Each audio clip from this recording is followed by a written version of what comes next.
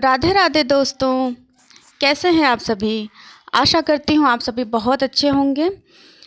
तो आप लोगों का बहुत बहुत स्वागत है मेरे और आपके चैनल होप यात्रा पे। दोस्तों, आज मैं आपसे कुछ चीज़ें शेयर करना चाहूँगी क्योंकि मुझे ऐसा पता चला है कि कुछ भाई बहन ऐसे हैं जो ऐसी गलतियाँ, ऐसी मिस्टेक्स कर रहे हैं जिसकी वजह से उन्हें बाद में प्रॉब्लम हो सकती है। तो इसलिए मैं आपको बताना चाहूँगी, प्लीज़ आप इस बात को ध्यान से सुनिए। अगर आपको लगता है कि आप ये मिस्टेक कर रहे हैं तो प्लीज़ इसको स्टॉप करिए, और अगर नहीं कर रहे हैं तो बहुत अच्छी बात है, फिर आप जैसे भी तैयारी कर रहे हैं वैसे करते रहिए। मैंने आपसे बार बार कहा है कि आपको सुनना भले सबका है, लेकिन करना वही है जो आपके लिए अच्छा है, जो आपके हित में है, जिससे कि आपका सिलेक्शन हो सके अच्छे से। इसलिए इस चीज़ पे विशेष ध्यान आपको रखना है। ऐसा भी नहीं कि सबकी सारी बातें सुननी ही है, या फिर ऐसा भी नहीं है कि सब चीज़ को इग्नोर करना है, क्योंकि कभी कभी हम छोटे छोटे मिस्टेक कर देते हैं और हमें कभी कभी पता है दोस्तों, हमें लगता है कि हमसे जो छोटे वो हमें क्या ही बताएंगे, लेकिन नहीं। आप कभी कभी देखिए, आपके घर में छोटे से छोटा बच्चा भी आपको बड़ी बड़ी सीख दे जाता है, जो आपसे एज में या अनुभव में बहुत छोटा होता है। इसलिए हमें कभी भी किसी को छोटा नहीं समझना है और किसी को भी कमतर नहीं आंकना है। उनकी सारी बातें सुननी है। हो सकता है उसके वजह से हमारे नहीं 10-20 तो एटलीस्ट 4 से 5 नंबर ही बढ़ जाएं, तो ये भी हमारे लिए बड़ी बात होगी, क्योंकि आपको अच्छे से पता है आजकल एक एक नंबर की मारामारी है, और इतनी तगड़ी फाइट हो गई है कि आधे नंबर से भी लोगों का सिलेक्शन रुक जाता है। उनकी दिल से पूछिए कि उन पर क्या बीतती होगी। तो इसलिए हमें ऐसा नहीं करना है, ऐसा कोई मिस्टेक नहीं करना है जिसकी वजह से हमें बाद में पश्चाताप हो। तो आज मैं आपको बताऊंगी दोस्तों, मैंने 5 ऐसी गलतियां मैंने अपने दिमाग में एनालाइज़ किया है कि लोग करते हैं, तैयारी के दौरान करते हैं। तो आपको ये पांचों गलतियां नहीं करनी है। आप इसको ध्यान से सुनिए। अगर आप ये गलतियां कर रहे हैं तो प्लीज़ स्टॉप दिस, और अगर नहीं कर रहे हैं तो बहुत अच्छी बात है, फिर आप जैसे पढ़ रहे हैं वैसे ही पढ़ते रहिए। तो दोस्तों, सबसे बड़ी गलती नंबर 1 वाली क्या है, हम ढेर सारे बुक्स इकट्ठा कर लेते हैं, ढेर सारे बुक्स इकट्ठा कर लेते हैं, रख लेते हैं, और उन बुक्स को ना देख देख करके हमें लालच आती रहती है कि ये भी पढ़ लूँ, ये भी पढ़ लूँ, ये भी पढ़ लूँ, और इस चक्कर में हम एक भी अच्छे से फिनिश नहीं कर पाते हैं। तो जिसके वजह से हमारा पहली बार ही पढ़ना मुश्किल हो जाता है, रिवीजन तो बड़ी दूर की बात है। क्योंकि जब ढेर सारी किताबें हम पढ़ेंगे और वही चीज़ दिया हुआ है, सभी किताबों में लगभग वही चीज़ होता है। आप कभी भी एक ही चीज़ के 2 किताबें पढ़ करके देखिए, आपको खुद पता चल जाएगा कि लगभग वही सब चीज़ें रहती हैं। हाँ, थोड़ी बहुत लैंग्वेज चेंज रहती है, थोड़ा बहुत माइन्यूट थोड़ा बहुत अंतर आप देख सकते हैं, ज़्यादा अंतर देखने को नहीं मिलता है। तो इसलिए आपको इस पर विशेष फोकस करना है कि आप एक ही किताब पढ़ें। एक चीज़, जैसे संविधान का किताब आपको पढ़ना है तो संविधान का आप एक ही किताब पढ़ें। आपको पॉलिटिकल थ्योरी पढ़नी है तो आप एक ही बुक पढ़ें। आपको वेस्टर्न राइटर्स के पढ़ने हैं, इनके आप एक ही पढ़िए। आपको इंडियंस के पढ़ने हैं तो आप एक ही पढ़िए। आपको कई किताबें पढ़ने की ज़रूरत नहीं है। अपने सिलेबस के अकॉर्डिंग एक ही किताब पढ़िए। एक ही किताब को 10 बार पढ़िए अगर आप पढ़ सकते हैं, और 10 बार पढ़ सकते हैं। दोस्तों, कैसे पढ़ सकते हैं, पहले आप किताब को पढ़ जाइए। ये मैं न्यू लोगों के लिए बता रही हूँ, जिन्होंने पढ़ रखा है उनके लिए भी बता रही हूँ। जैसे अगर नए लोग हैं, वो किताब उठाए हैं पढ़ने के लिए, तो उनको पहली बार में किताब पढ़ जाना है। उनको ये नहीं देखना है कि मुझे क्या याद हुआ, क्या नहीं हुआ, ये एग्ज़ाम में आएगा, मुझे याद नहीं हो रहा है, ये मुझे समझ में नहीं आ रहा, ये नहीं देखना आपको। आपको ऐसे कंटिन्यू पढ़ जाना है। बिल्कुल ये दिमाग में बिल्कुल ये ध्यान ही नहीं देना है कि हमें याद नहीं हो रहा है। आपको पढ़ते चले जाना है। पूरी किताब आप पढ़ डालिए। रोज़ रोज़ अपना टारगेट बना करके कि कल मुझे 2 चैप्टर पढ़ना है, कल मुझे 3 चैप्टर पढ़ना है। क्योंकि जब आप पहली बार पढ़ते हैं तो आपकी रीडिंग स्किल थोड़ी सी वीक होती है, क्योंकि रीडिंग तो लोग रोज़ रोज़ तो करते नहीं हैं, और बहुत से लोग ऐसे हैं जो पढ़ाई छोड़ देने के बाद प्रिपरेशन स्टार्ट करते हैं, तो उनका जो रिदम होता है ना, वो बहुत वीक हो गया होता है। तो इसलिए आपको क्या करना है कि पहले पढ़ना है, फिर धीरे धीरे चैप्टर बढ़ाना है, धीरे धीरे घंटे बढ़ाने हैं, जिससे आपकी स्पीड बढ़ेगी, आपका मन लगेगा। यकीन मानिए दोस्तों, पहले मैं भी यूट्यूब बहुत देखती थी, पढ़ती नहीं थी, पढ़ने का मन नहीं कहता था, लेकिन जब से पढ़ाई स्टार्ट करा है मैंने, तब से यूट्यूब से मुझे कम समझ आता है, मुझे बुक से ज़्यादा समझ आता है। बुक को आप अपना दोस्त बनाइए, यकीन मानिए आप जो चाहेंगे वो आपको हासिल होगा।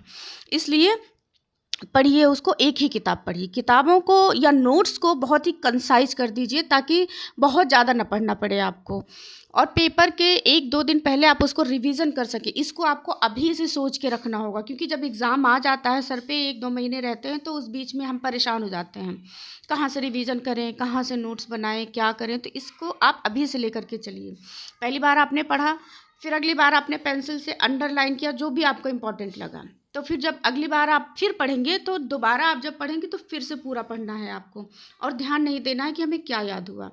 लेकिन जब आप तीसरी बार पढ़ेंगे तो आप पेन उठाइए या फिर कोई मार्कर उठा लीजिए, आप फिर जो आपको बेहद इंपॉर्टेंट लग रहा है, और उसमें से आप तब देखेंगे कि आपको कुछ कुछ चीज़ें याद हो गई हैं। जब आप पढ़ेंगे तो आपको समझ आ जाएगा कि ये मुझे याद हो गया है। तब आप उस मार्कर से उसको अंडरलाइन करते जाइए, या फिर कलरफुल पेन से, ग्रीन, रेड, किसी भी पेन से आप कलरफुल करते अंडरलाइन करते जाइए। फिर उसके बाद जब आप तीसरी बार पढ़ेंगे, तीसरी बार के बाद जब आप चौथी बार पढ़ेंगे ना, तो सिर्फ आपको वो जो अंडरलाइन वाला मैटर है बस वही पढ़ना है, बाकी चीज़ें आपको नहीं पढ़नी है। अगर आप चाहें तो इसको नोट भी कर सकते हैं, और अगर आप चाहें तो इसको एक आध बार और कंसाइज कर लीजिए और पढ़ लीजिए किसी और कलर के पेन से। जैसे आपने रेड से करा है, तो अगली बार आप ग्रीन ले लीजिए, कोई और कलर ले लीजिए, जिससे आपको पता चले कि हमने इस किताब को 3 बार 4 बार पढ़ा है। इससे भी बहुत मोटिवेशन आता है कि अरे मैंने इतनी मोटी किताब मैंने 3 बार पढ़ लिया, 4 बार पढ़ लिया, बहुत अच्छा फील होता है। तो ऐसे ही अपने आप को मैसेज जाता है माइंड को कि मैंने तो बहुत सारी चीज़ें मैंने याद कर ली है इसमें से। तो ये करना है आपको। उसके बाद क्या है, सबसे बड़ी बात, सब कुछ पढ़ना है। लोग क्या सोचते हैं, सब कुछ पढ़ना है, जितना भी है सब पढ़ डालो, जितनी भी चीज़ें किताबों में दी हुई है ना सब पढ़ डालो। नहीं, आपको ये नहीं करना है दोस्तों। आपको वही पढ़ना है जिस चैप्टर से आपके पेपर में क्वेश्चन ज़्यादा आते हैं। जैसे संविधान है, इसमें से आपको राष्ट्रपति से ज़्यादा क्वेश्चन आते हैं, मौलिक अधिकार से ज़्यादा क्वेश्चन आते हैं, संविधान से ज़्यादा क्वेश्चन आते हैं, पंचायत से ज़्यादा क्वेश्चन आते हैं। तो जिस चैप्टर से ज़्यादा क्वेश्चन आते हैं, इस चैप्टर को आपको बहुत ही अच्छे से पढ़ना है, और सब कुछ नहीं पढ़ना है कि जितना भी फर्स्ट पेज से लेकर के लास्ट पेज तक दिया हुआ है सब कुछ मैं पढ़ डालूँ, ये आपको नहीं करना है। आपको बहुत ही मतलब वही चीज़ पढ़ना है, क्योंकि हमें दिमाग में रखना भी तो है। हम सब पढ़ लेंगे तो फिर कैसे काम चलेगा, सब हम फिर कंफ्यूज हो जाएंगे, हौच पौच हो जाएगा। तो इसलिए हमें वही पढ़ना है जो हम एग्ज़ाम में यूज़ कर सकें। ये हो गया आपका। और तीसरी बात हो गई आपकी, रिवीजन नहीं करते हैं। किसी तरह से एक बार पढ़ लिया, किसी तरह से एक बार पढ़ लिया, फिर दोस्तों रिवीजन करने को ना कहो। होती है बोरियत, होती है, मानती हूँ, मुझे भी होती है। जब एक बार पढ़ लो ना किसी चीज़ को, फिर दोबारा वही चैप्टर जब पढ़ो तो अच्छा नहीं लगता है, जैसे बहुत पुराना पुराना फील होता है, मुझे भी होता है। लेकिन आपको ये नहीं करना है, आपको रिवीजन ज़रूर करना है। दोस्तों आप आज नहीं करेंगे, मेरे कहने से नहीं करेंगे, किसी और के कहने से नहीं करेंगे, यकीन मानिए आप जब अपने मन से सीख कर रिवीजन करेंगे तभी आपका सिलेक्शन होगा। इसको आप नोट कर लीजिएगा कहीं पर कि ममता मैम ने ये चीज़ बताया था, तो ये बात सच है या नहीं है। तो इसलिए आपको रिवीजन बहुत ज़रूरी है करना। भले आपको ऐसा लगता है कि ये अभी मैंने पढ़ा था, पुराना है, नहीं मन कह रहा है, दिमाग में आएगा ये मैसेज, लेकिन आपको अपने दिमाग के अनुसार नहीं चलना है, अपने दिमाग को आपको आपके अनुसार चलाना है। इसलिए अपने दिमाग को ये मैसेज दीजिए तुरंत कि मुझे रिवीजन करना है, क्योंकि बिना रिवीजन के मैं आगे नहीं बढ़ सकता। तो देखिए फिर कैसे नहीं होता है। और रही बात चौथी, चौथी क्या है, प्रैक्टिस सेट नहीं लगा रहे हैं, जो कि बहुत ज़रूरी है। जब तक आप प्रैक्टिस नहीं करेंगे, आप चाहे जितना चैप्टर्स पढ़ लीजिए, आपको आइडिया ही नहीं लगेगा कि क्वेश्चन किस टाइप के आ रहे हैं, क्या पूछा जा रहा है। आप जब PYQ देख लेते हैं या प्रैक्टिस कर लेते हैं, फिर जब आप चैप्टर पढ़ते हैं, तो आप जब पढ़ते हैं तो अच्छे से समझ आता है कि हमें क्या चीज़ अंडरलाइन करना है, क्या चीज़ छोड़ देना है। तो इसलिए आपको प्रैक्टिस सेट ज़रूर लगाना है।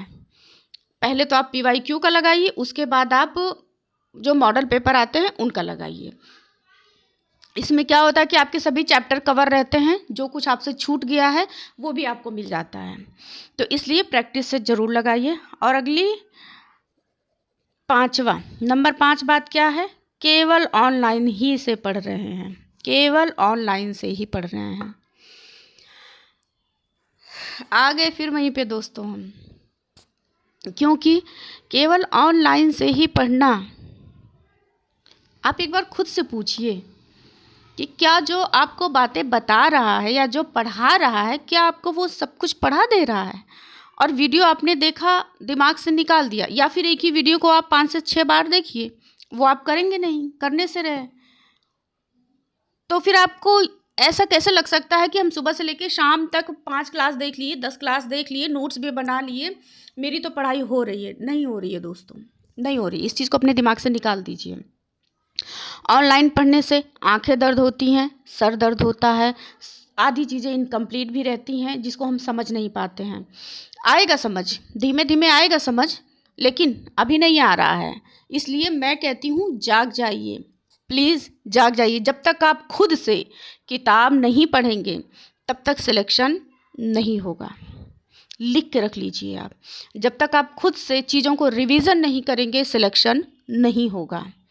इसलिए प्लीज़ मोबाइल यूज़ करिए, बट उतना ही यूज़ करिए जितने से आपका कुछ भला हो रहा हो, क्योंकि सभी आपके हित के बारे में नहीं सोच रहे हैं, सभी अपने हित के बारे में सोच रहे हैं। वो एक बात है ना दोस्तों, जो लोग कहते हैं कि आपका कितना भी खास व्यक्ति हो, वो सबसे पहले अपने बारे में सोचेगा। तो फिर आप ये कैसे भूल गए कि ये जो यूट्यूबर्स हैं ये आपके बारे में सोच रहे हैं? वो तो वही करेंगे ना जिससे उन्हें फ़ायदा हो रहा है, लेकिन आपको ये नहीं करना है।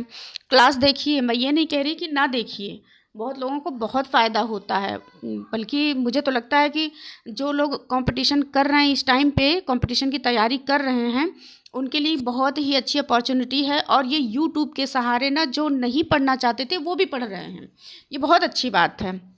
लेकिन दोस्तों, क्या आपको पता है कि ये जो आप यूट्यूब से पढ़ते हैं, क्लास करते हैं, नोट्स बनाते हैं, फिर उसको आप रिवीजन करते हैं? पूछिए अपने दिल से, पक्का नहीं करते होंगे। रिवीजन नहीं हो रहा है आपका। सिर्फ आप सुबह उठे, एकदम से 6 बज गए, क्लास आ गया है, चलो करते हैं, लेके बैठ गए कुर्सी में। ऐसा तो है नहीं कि स्कूल जाना है, ड्रेसअप करना है, नहाना है, ज़रूरी है, नहीं कुछ नहीं। उठा, आंखें मींची, लेके बैठ गए कापी किताब और क्लास कर लिया, लिख लिया, लिख करके लो उधर फेंक दिया। अब चले गए, ब्रश किए, नहाए, नाश्ता किए, अपना इधर उधर काम हुआ, उसके बाद फिर से क्लास आने का टाइम हुआ, अच्छा चलो फिर क्लास कर लेते हैं, फिर से क्लास कर लिया।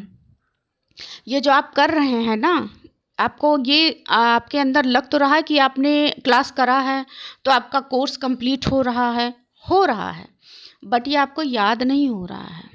क्यों? क्योंकि आप रिवीजन कर ही नहीं रहे हो। जब तक आप रिवीजन नहीं करोगे, आप कैसे जानोगे कि आपको कितना याद हो रहा है?